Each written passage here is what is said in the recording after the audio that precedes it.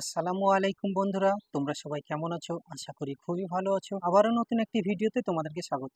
তো বন্ধুরা, আজকে আমি তোমাদেরকে একটি টাওয়ার বক্সের সার্কিট দেখাবো। এইখানে তোমরা দেখতে পাচ্ছ এই সার্কিটটি হচ্ছে একটি টাওয়ার বক্সের সার্কিট। তো এই যে সার্কিটটি ভাবলাম যে তোমাদেরকে এই ভিডিওটি শেয়ার করা যাক। তো এই সার্কিটটি তোমরা দেখতে পাচ্ছ এখানে দুটো হেভি ক্যাপাসিটার লাগানো আছে, বড় বড় ক্যাপাসিটার তোমরা দেখতে পাচ্ছ। এখানে 4700 ইউএফ 35 ভোল্ট ক্যাপাসিটার দুটো লাগানো আছে। এবং এখানে তোমরা দেখতে পাচ্ছ যে দুটো আইসি আছে, এই দুটো আইসির নাম্বার হচ্ছে 7269। এটাও 7269 এবং এটা হচ্ছে 7269।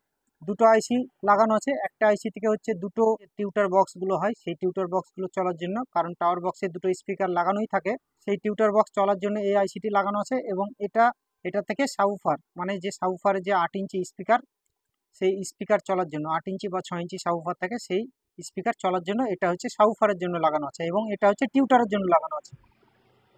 তো এই যে আইসি, এই আইসির কত নম্বর পিন থেকে কি কানেকশন যাবে আমি তোমাদেরকে বলে দেবো। আমার যে বন্ধুরা এখন আমার চ্যানেলকে সাবস্ক্রাইব করোনি তাদেরকে বলবো আমার চ্যানেলটিকে সাবস্ক্রাইব করে দিও এবং পাশে থাকা বেল আইকনে ক্লিক করে নোটিফিকেশনটি অল করে দিও। তাহলে কি হবে বন্ধুরা, আমি যখনই নতুন নতুন ভিডিওগুলি আপলোড দেবো সেগুলো তোমাদের কাছে দ্রুত পৌঁছে যাবে। তো চলো বন্ধুরা, ভিডিওটি শুরু করা যাক। আগে এই যে সার্কিট, এই সার্কিট সম্বন্ধে আমি তোমাদেরকে পুরো ডিটেলসে বুঝিয়ে দিই, নাহলে তোমরা কিছু বুঝতে পারবে না। তো এই যে সার্কিটটি, এই সার্কিটটি বন্ধুরা তোমরা 12 থেকে 18 ভোল্টের মধ্যে চালাতে পারবে। ঠিক আছে, 12 ভোল্টেও চলবে।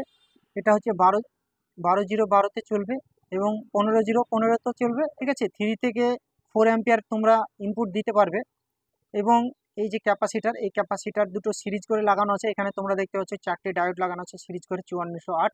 তো এখানে 12 0 12 যদি দিয়ে দাও তাহলে এই ডায়োডে চলে আসবে এবং ডায়োডে ব্রিজ হবে, ব্রিজ হয়ে এই যে ক্যাপাসিটার, এই ক্যাপাসিটারে কিন্তু চলে আসবে ভোল্টেজ এবং ক্যাপাসিটার থেকে ডাইরেক্ট পিসিবির মাধ্যমে এই যে আইসি, এই আইসি দুটোতে চলে যাবে ভোল্টেজ। তো কোন কানেক্টর থেকে কি লাইন সেটা আমি তোমাদেরকে বলে দিচ্ছি।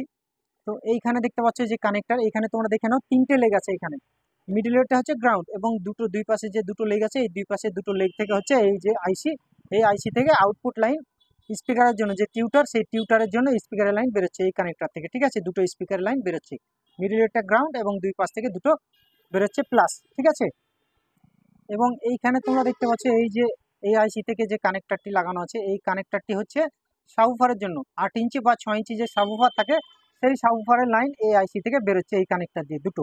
ঠিক আছে, এবং তোমরা দেখতে পাচ্ছ এই যে এখানে দুটো কানেক্টর আছে, তিনটে তিনটে 6টা, এখানে 3টে পিন আছে এবং এখানে 3টে পিন আছে, এখানে একটি কানেক্টর, এখানে একটি কানেক্টর।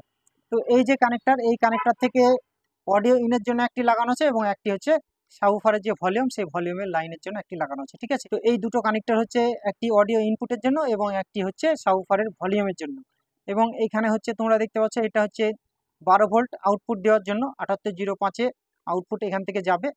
ঠিক আছে, 7805-এ 12 ভোল্ট আউটপুট যাবে, গিয়ে 7805 থেকে 5 ভোল্ট বেরোবে। ঠিক আছে, ইউএসবি প্যানেল চালানোর জন্য। এবং এখান থেকেও তোমরা 12 ভোল্ট যে লাইটিং, সামনে যে লাইটিংগুলো থাকে সেই লাইটিংয়ের জন্য এখান থেকে 12 ভোল্ট নিতে পারবে। এটাও 12 ভোল্টের এবং এটাও 12 ভোল্টের কানেক্টর। ঠিক আছে, তো এইটুকু তোমরা বুঝতে পেরেছো। এবং এখানে একটি আইসি লাগানো আছে, তোমরা দেখতে পাচ্ছ 4558, এটা হচ্ছে বেস্টের জন্য, সাবউফারের জন্য লাগানো থাকে। তো এটাকে আমি উল্টে তোমাদেরকে দেখিয়ে দিচ্ছি।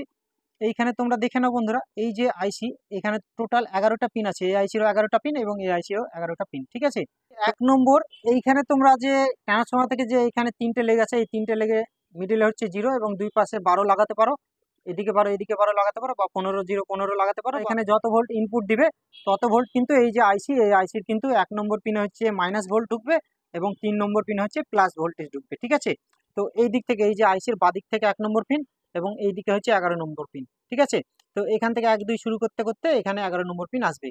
তো এখানে তোমাদেরকে বলে দিচ্ছি যে 1 নম্বর পিন হচ্ছে মাইনাস ভোল্টেজ এবং 3 নম্বর পিন হচ্ছে প্লাস ভোল্টেজ। এবং 10 এবং 11 নম্বর পিনে এই আইসি 10 এবং 11 নম্বর পিন হচ্ছে অডিও ইন। ঠিক আছে, 2 এবং 4 নম্বর পিন হচ্ছে অডিও আউটপুটের জন্য, মানে স্পিকারের লাইন। সাবউফারের জন্য যে লাইনটা বেরোচ্ছে 2 এবং 4 নম্বর পিন থেকে আউটপুট বেরোচ্ছে এবং এই আইসির যে আউটার স্পিকার, এখান থেকে 2 এবং 4 নম্বর পিন থেকে আউটপুট বেরোচ্ছে। ঠিক আছে, এবং 9 নম্বর পিন হচ্ছে গ্রাউন্ড। এবং এইখানে দেখতে পাচ্ছ এই যে আইসি লাগানো আছে, এখানে 72 69, 72 97, 72 65 এবং 72 69, একই কাজ, সেম পিন, একই নম্বর। ঠিক আছে, কিন্তু এখানে যে 72 69, এই আইসির হচ্ছে ওয়াটটা একটু কম, তারপরে 72 65 ওয়াটটা একটু বেশি, তারপরে 72 97 আরেকটু বেশি। ঠিক আছে, তো এর ওয়াটের কম বেশি থাকে বন্ধুরা, কিন্তু সেম একই কাজ, একই পিন নম্বর, একই কানেকশন। ঠিক আছে, তো আজকে আমি তোমাদেরকে এই যে 7269 যে সার্কিট, এই সার্কিটের ব্যাপারে আমি তোমাদেরকে পুরো ডিটেলসে বুঝিয়ে দিলাম। এই অডিও অ্যাম্পলিফায়ারের তোমরা কানেকশনগুলো এইভাবে করতে পারো, পিন কানেকশন দেখে, ঠিক আছে, এই আইসির পিন কানেকশন দেখে এই অ্যাম্পলিফায়ার সার্কিটগুলো তোমরা কানেকশন করতে পারো। তো ভিডিওটি তোমাদের ভালো লেগে থাকলে ভিডিওতে একটা লাইক করবে এবং চ্যানেলটিকে সাবস্ক্রাইব করবে এই ধরনের ভিডিও পাওয়ার জন্য। তো আজকে এই পর্যন্তই, দেখা হবে আবার অন্য কোনো একটি ভিডিওতে।